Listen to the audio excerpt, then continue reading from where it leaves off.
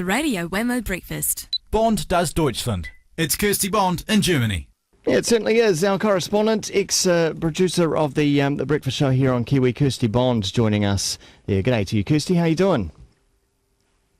Well, thank you. And yourself? Very well, thanks. Very well indeed. Of course, it's October in Germany, and I think there's one thing that we do know about Germany from around the world in October. It's got to be Oktoberfest. It's beer drinking time. Exactly, yeah. That event is renowned around the whole world, really.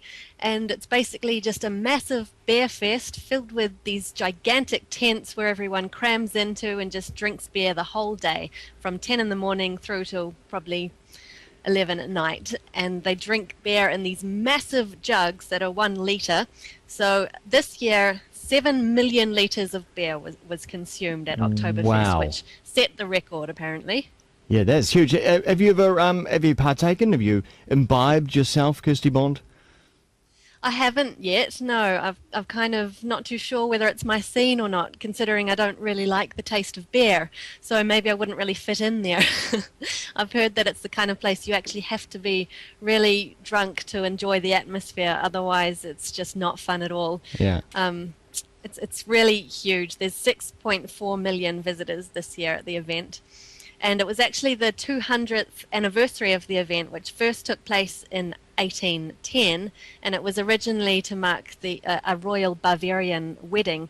And then they thought, oh, this is such a hit, we'll just keep continuing doing this each year until, today it's not actually the 200th time, it's the 177th time because it was cancelled a couple of times throughout the years due to war and a cholera outbreak. Right.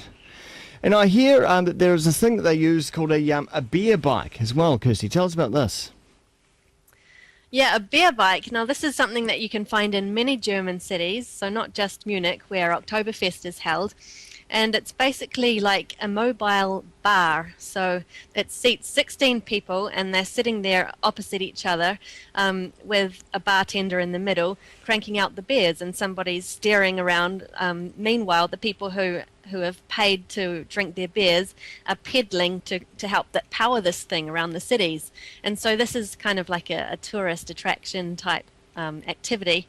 But in one town, in Düsseldorf, it's actually just been banned. There was a court case with people saying, well, we're fed up of these vehicles. They can only go 6 kilometres per hour and they're causing traffic jams through the main drag. Yeah. So the court ruled, well, yeah, this thing's dangerous. People can fall off it, drunk onto the road, get hit by traffic. So we're not having these beer bikes anymore. And of course, the organisers weren't too happy about that because they're getting lucrative cash from charging 120 euros per hour for people to ride these bikes. And they were trying to convince the judge, saying it's not just like a binge drinking kind of thing. We have senior citizens wanting to do city tours here and also like team building exercises for companies. But no, the judge wouldn't have it. Everyone wants to have a go on the beer bike. It's what a I'm just looking at a wee video of it now. What a ridiculous looking contraption it is. Contraption, yes, contraption is a good word for it. It's like something out of some kind of steampunky, Victorian era sort of futuristic, weird kind of mode of travel or something. So if you can imagine, I guess people are seated along the side of it, but they've all got pedals. They're all pedaling hard out while drinking beer, and the thing moves along. Who's steering this thing?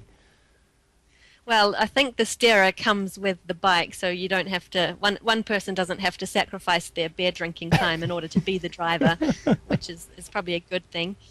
But yeah, it's also a environmentally sensitive way to do a city tour rather than taking a bus or something, I suppose. I see. There's no Portaloo on board at all. No, though. Unfortunately not. But I have another reason why it was banned was because there is no Portaloo on board. People didn't really care for where they went. I can imagine that.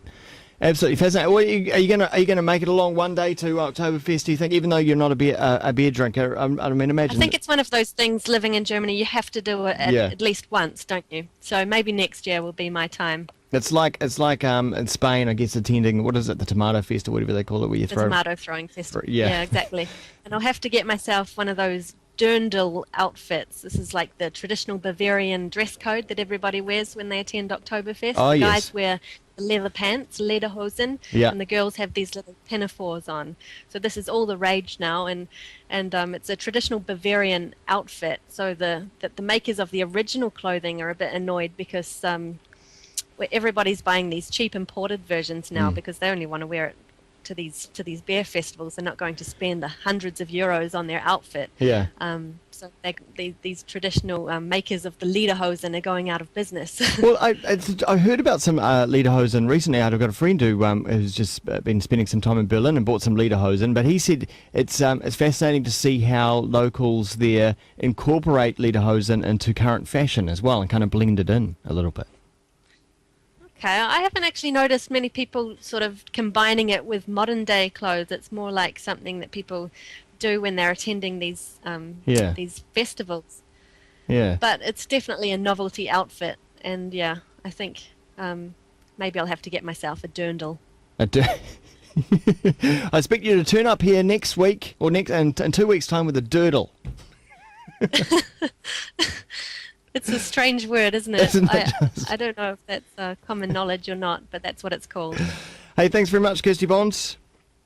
You're welcome. Catch you later. So yeah, that is Kirsty Bond, ex-Kiwi producer, now hanging out in Germany. They're telling us about Oktoberfest.